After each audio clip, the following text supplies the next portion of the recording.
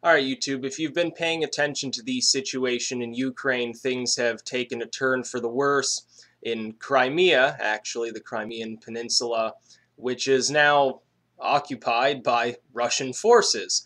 Putin, of course, several hours ago, originally there were unknown masked armed gunmen who took an airfield and then another airfield and started coming out of the port and occupying certain buildings. Then communications were cut. People started seeing helicopters roaming through the skies over Ukrainian airspace. And now there are ships in the area. There are aircraft landing at these airfields. There are at least 2,000 troops in addition to the ones that were already there yesterday. And apparently now, the Russian forces are actively planning to assault a military base that's held by Ukrainian soldiers, those loyal to the reigning government in the western region, the one that Russia declares is not valid because Yanukovych is the actual president of the Ukraine, which is clearly false. It's becoming a stickier situation. Originally, it was simply that these individuals in this region of the Ukraine weren't really happy with the decision. They still like Yanukovych. They were already putting up Russian flags and forming citizen groups. Putin seems to have seized on this and upon the fact that this particular region of the Ukraine, Crimea and the southern coastal region and part of the eastern segment of Ukraine.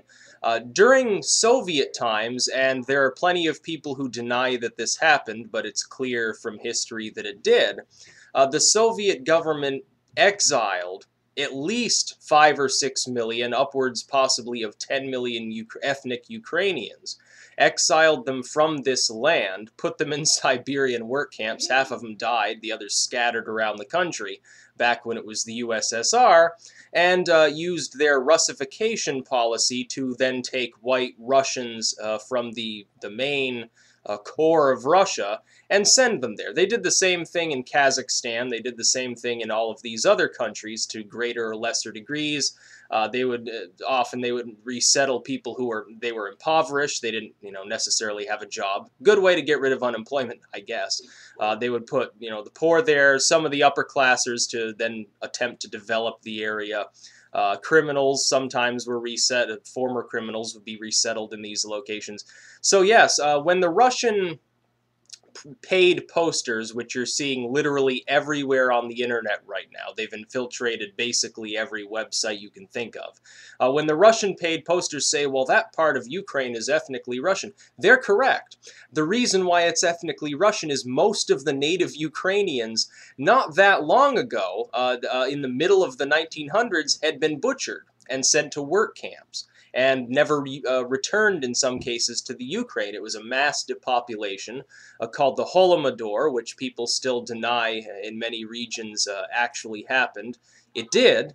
Quite clearly, this is a real thing. To deny the Holodomor is I guess, the Russian answer to Holocaust denial in parts of the Western world. However, Putin may be overplaying his hand here, and here's why. The Ukrainian soldiers are still in that region as well as all over the rest of the Ukraine. Now, nobody's claiming that if Ukraine and Russia went at it like wolves in one-on-one combat that the Ukraine wouldn't be completely destroyed. It would. Russia could easily wipe out all of Ukraine's forces, short of arming every civilian in the country to the best of their ability, which would at most slow them down. And that's not even counting nuclear warfare, because the Ukraine doesn't have nuclear weapons, although they're now threatening to develop them. There is always the possibility that these soldiers at this specific base that they're targeting, apparently the Russians aren't saying, well, we're going to kill them, we're going to execute them. They're saying we're going to disarm these soldiers, so they better stand down. The Ukrainians are saying they're not going to. And that they've already taken up strategic positions to fight if necessary.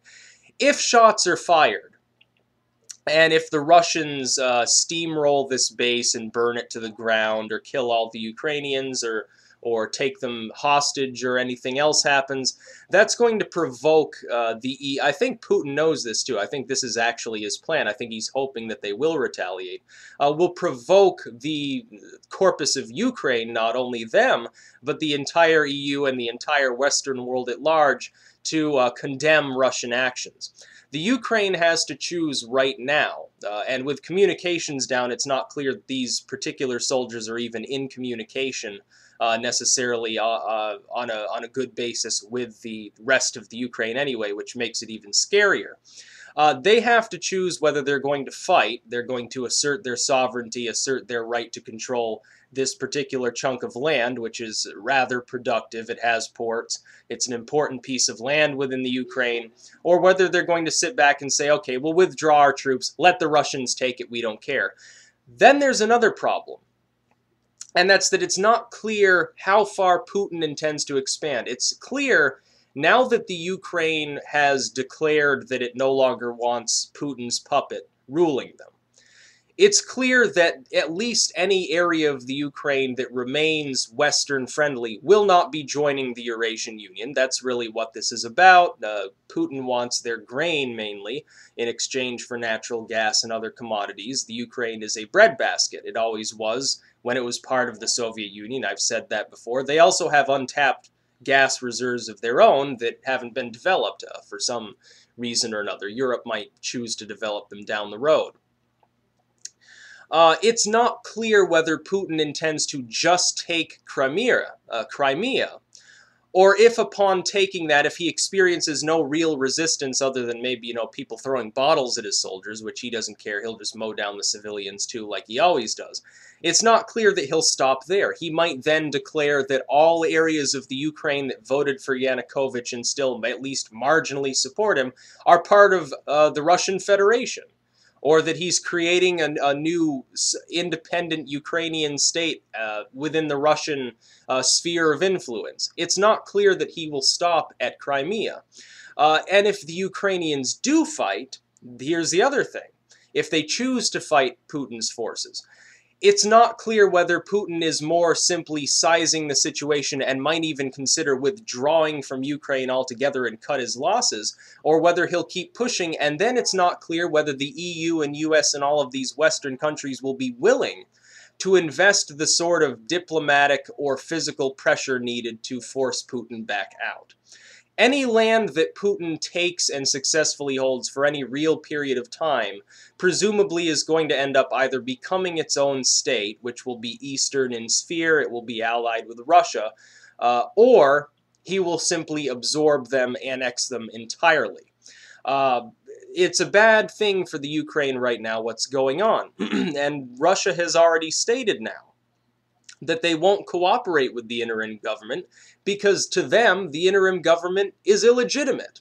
Because to Russia, their puppet, Yanukovych, who was embezzling at least hundreds of millions from the public treasury to build all of these luxury things, who at the very least did order that protesters be shot at using live ammunition, which is, I believe, in breach of international law in that specific situation, who at least passed laws that violated the Ukrainian constitution that was set up when the Ukraine became its own sovereign nation.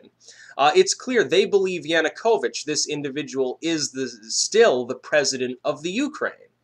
That the interim government formed under the parliamentary procedure is illegitimate, it doesn't have any power, and that they violated some probably non-existent rules in forcing Yanukovych out. And of course, Yanukovych goes over to Russia.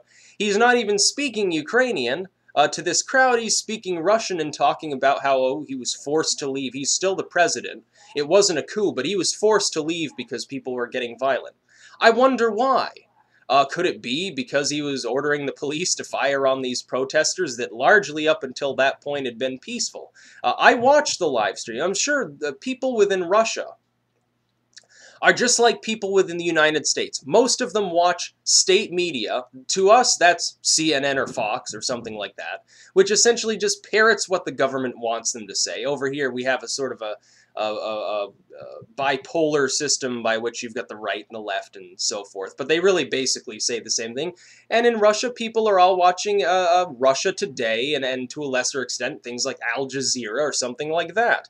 So the Russians are watching their state media. The state media is still talking about how these protesters are largely Nazis, how they're similar to brown shirts, how they're a bunch of violent thugs that are raping women and burning businesses to the ground. And watching the live streams that I saw, and from both sides, by the way, I never saw any of that. You saw a handful of nationalists there that were beating on the police largely to protect the other protesters because they're tired of Yanukovych. And they hate the left and Russia a lot more than they hate the European Union. That's, I guess, what they've chosen. They'd rather be a part of Europe and their sphere rather than the Russian sphere, probably because of increased wealth that would come as a result of that. And Obama came out and gave a live address earlier. It was only a couple of minutes long. It wasn't particularly long. He looked stressed during it. People are now saying, oh, well, he looked weak. He sort of waffled around the issue. He basically gave a half-assed condemnation of Russia going into this sovereign nation and putting troops there and warned against further provocation, just as Russia's warned against further provocation, which is code for if the EU sends troops in, we'll probably target them too and cause World War III. I thought, and I'll give him credit where credit's due. Obama can't just come out and say, well, these Ruskies need to back off. Putin needs to shove a dildo up his ass. It wouldn't be wise to do that at this point because that could just give them further provocation. What Obama and the British and the Polish and the Italians and the Norwegian and the Germans, all of these groups in the Western sphere are doing right now is waiting simply to see what happens with the Ukrainians. If the Ukrainians do decide to defend themselves against Russian invasion, because this is an invasion, the Ukrainian government, which is legitimate, did not give the Russians permission to enter this region. There was no problem with them inhabiting the base that they have in Crimea. They are now moving from that base into Ukrainian territory, which is purely Ukrainian. All claims to the contrary about, well, Crimea is part of Russia or these people are ethnically Russian are based on a bunch of goofy lies and largely propaganda.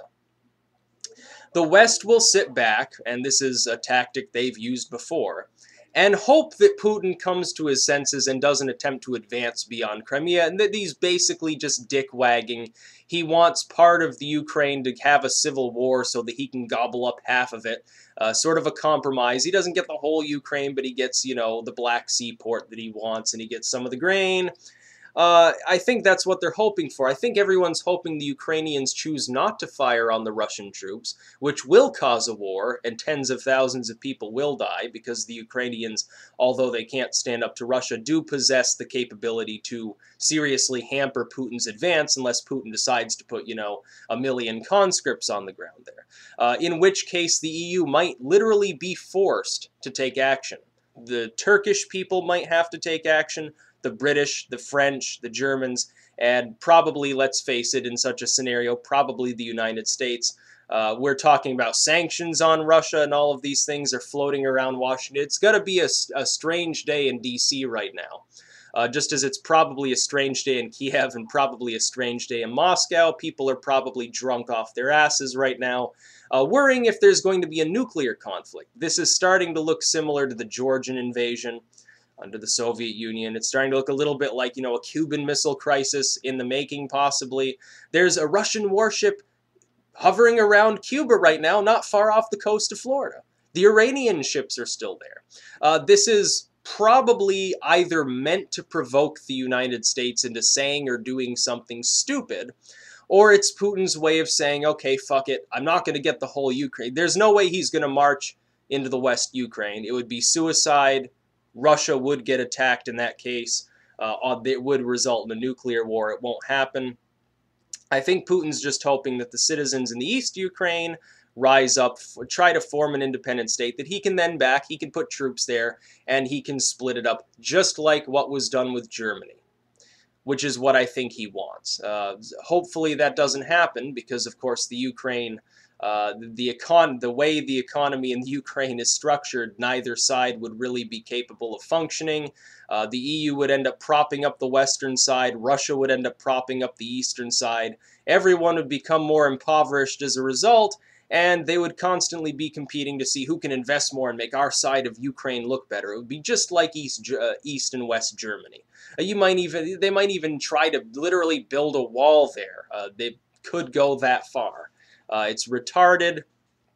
All sides should simply stand back and respect Ukrainian sovereignty. Obviously, that's not going to happen. Russia has already crossed over that Rubicon, so to speak. So hopefully you simply don't see any open fighting, and what you see is simply the best case scenario right now is Putin decides, okay, I've harassed the West enough, and I'm taking Crimea, and you can have the rest. That's about